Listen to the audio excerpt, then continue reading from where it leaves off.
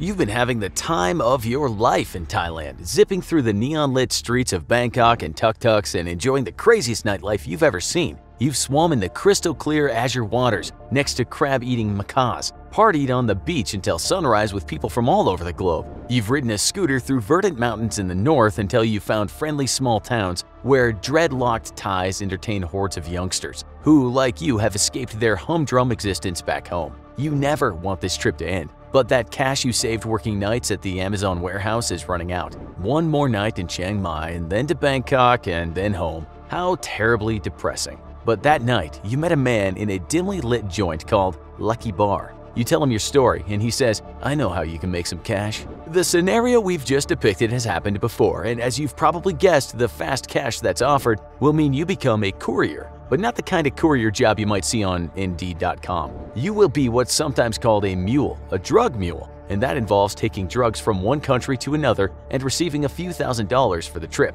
If you go to any main airport in Thailand, you'll find bookshops stacked with true stories about people who have been arrested after doing this job. Like you, they only wanted to stay a while more in Thailand. The country is a hub for drug trafficking. These days, drugs such as methamphetamine are made in super labs in Myanmar and then taken by local mules into northern Thailand. Someone then has to get the drugs out of the country. In the days when the so-called Golden Triangle was the epicenter of opium production, the main drug that traveled from Thailand to all over the world was heroin. So that's a major reason a lot of foreigners have ended up serving serious time in Thai prisons. Some for trafficking huge amounts, some for just dealing in resort towns renowned for their frantic and sometimes sleazy nightlife, such as Phuket or Pattaya. But when it comes to being locked up abroad, Thailand wins easily for the most books written about that experience. Then there's the corruption. We'll tell you the true story of an Iranian-Swedish man named Benny Moafi who traveled from Sweden and opened a restaurant and pub in Phuket on the beautiful Andaman coast of Thailand.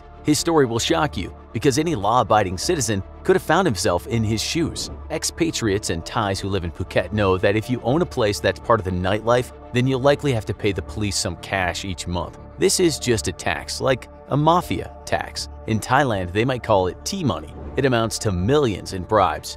Benny didn't want to pay. Why should he? He ran a legitimate business. It's a long story, but he was set up for a crime he didn't commit and ended up spending almost 10 years in Thai prisons. We'll tell you the good news first. During his incarceration, he learned to read and write Thai. He then got a Thai law degree. Once he understood the law, he started suing the prisons he was in for certain flagrant abuses of prisoners' rights. Even better, he took everyone involved in the crime against him down over a number of years. Benny filed 207 legal cases and over 1,200 complaints against lawyers, the Royal Thai Police, and the Department of Corrections, and many of those corrupt people were convicted of crimes. By the way, when the cops had him at the station prior to his incarceration, they said, "Pay us 400,000 baht and we'll let you go." With no evidence against him except a photocopy of a gun, yes, not a real gun, it was never seen, and a very sketchy witness who was working with the cops, Benny thought he would win his case. He was wrong, but he spent months in a dirty jail and lost a lot of weight. He then decided to pay the 400,000.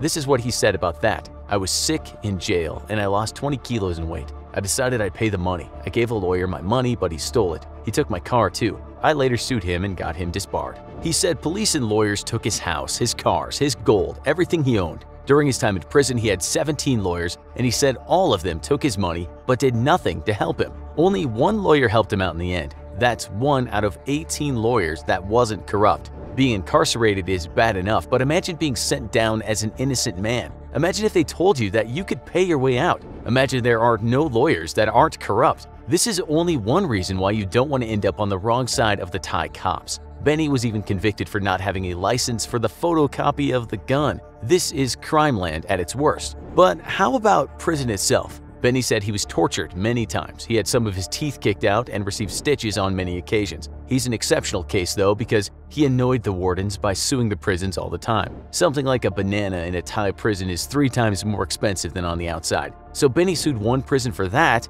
and won. Men wear shackles at times, and Benny thought that breached certain laws pertaining to human rights. He sued again. One warden even announced to all the imprisoned men that if Benny were to be killed, no one would be prosecuted. But no one killed him because he was beating the system. The prisoners liked him for that. He even sued one prison for not having TVs, and the place soon got them. He found a legal loophole in correctional law and then he used it. that didn't make him popular with the warden. As for the conditions, in some of those prison books, men talk about having to drink dirty river water. And we can tell you that if you're in one of Bangkok's prisons, the Chao Phraya River is not exactly clean. The food is so bad it's barely edible. So what all this means is people can sell prisoners food and clean water but with a markup. Guards are paid little, so for them, the exploitation of prisoners is a second income. This is what Benny said about that. They made the food so disgusting that it couldn't be eaten. So then the guards could sell the uneaten food as pig feed. Everything is for sale inside. It's not the Department of Corrections, but the Department of Corruption.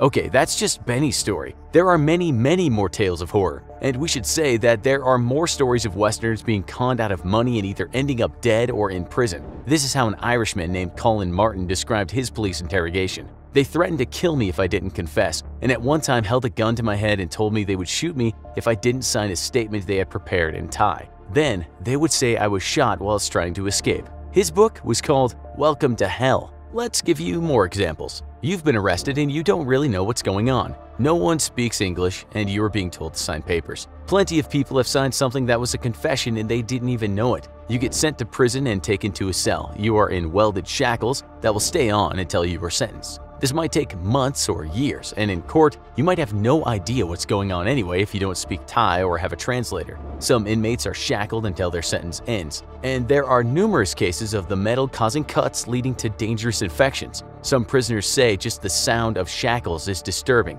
as it sounds like slaves in ancient Rome. Let's say you're gonna stay at perhaps Thailand's most notorious prison, Bang Kwang, aka the Bangkok Hilton. The Thais sometimes call it the Big Tiger because some of those that go in don't come out. This is no exaggeration. If you don't have money being sent in, then you don't have access to essential nutritious food. On your first night, you might sleep in a cell with 60 men or more. You're packed together like fish in a tin. It's so hot your skin itches, the mosquitoes are all over you. You have diarrhea because having no cash in your hand, you had to eat that fish head soup. Now imagine stepping over all those men to the one toilet in the corner, and you're in shackles. Hit someone, annoy them, make a loud noise as you excrete water into that hole in the ground, and you might just get a beating. Many foreigners have written that on their first night they wanted to take their own life. Now imagine this, you wake up and the guy next to you is dead. Is that a big deal? According to many people who've done hard time in the Big Tiger, no, it isn't. Read the books of the rather posh British man David Macmillan, a man that became an international drug smuggler,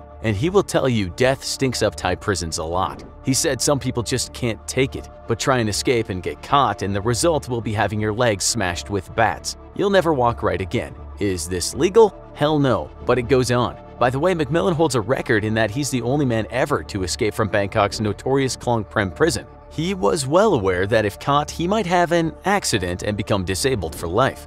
Getting beaten by prison trustees isn't just a slap around the face. Some books detail how trustees would sometimes beat a man to death for everyone to see. That's how they kept the place controlled. You can find recent reports of prisoners dying after being disciplined. In 2018, a Thai woman made a complaint after her husband died at the hands of guards. She demanded to see his body and then said, "I was shocked when I saw his body. My question is, how could prison guards do this to prisoners?" Human Rights Watch said the barbaric practice of severe beatings leads to the death of prisoners way too often, and the Thai authorities just look the other way. Another punishment was being forced to stand all day in a large sewage tank, so basically up to your neck in hot feces all day. We should say that this particularly terrible punishment has not been reported for many years. So it's not surprising many prisoners turn to heroin, and guess who brings that in? The guards, of course. The confiscated heroin that the men are in for ends up back in the prison for quadruple its street value. Like the USA, Thailand's prisons are mostly filled with men on drug charges. It's said to be about 70% of prisoners in Thailand.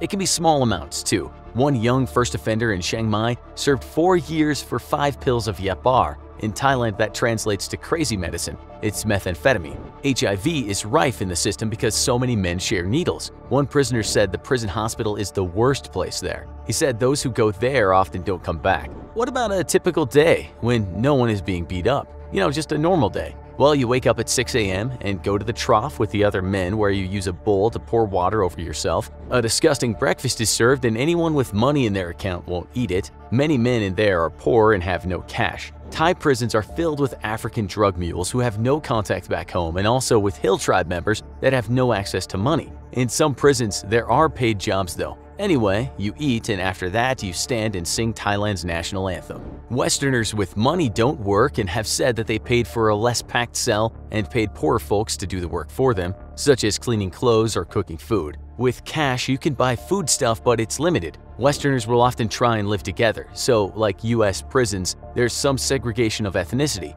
On the good side, Thai prisons don't have gang violence that could be compared to the US, but make no mistake, there are murderous Thai gangsters in prison that will kill you over a cigarette. Billy Moore, who wrote the book that got turned into a movie called A Prayer Before Dawn, said on his first night in a Chiang Mai prison, an inmate died in his cell. He said in 1 week he saw 25 men get carried out of the prison. He said in an interview, "I couldn't believe what I was witnessing. Murder, rape, corruption, and the inhumane degradation. You couldn't even invent or conjure up the things I saw." It sounds unbelievable, but just in 2019, an American man went into a Thai immigration jail. You know, the place you might end up for overstaying a visa, and he wound up dead.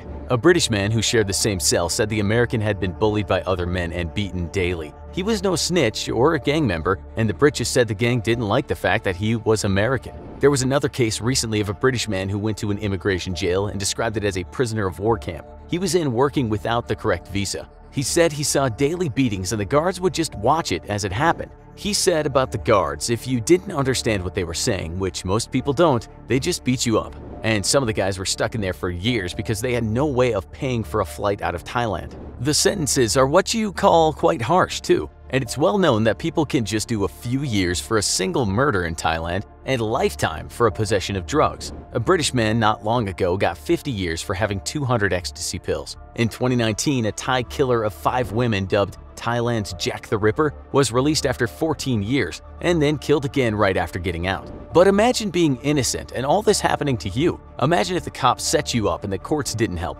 This is what Benny Moafi said about his feelings after being released after 9 years and 8 months. "I'm angry inside. You know that if I'd paid them money, I wouldn't have spent a day in jail. The corrupt policeman called me ki niu, or stingy, for not paying the bribe." Benny remained in Thailand and started a new law practice to help foreigners who found themselves in trouble. His story about learning law and going after every corrupt official and lawyer who did him wrong gained him a lot of respect from many Thai people, who themselves are only too aware of the injustice system in their country. To make matters even worse, when Thai and foreign activists and journalists have written about corruption, they've been sued for defamation and have faced prison time. Sleeping with 60 men and eating pig food makes doing time a lot harder when you're innocent. You might wonder if American prisons with their gangs and violence and bullying are better than Thai prisons. Watch these episodes now and then decide how to survive inside prison, and this man spent 43 years in isolation. How long until a person goes crazy?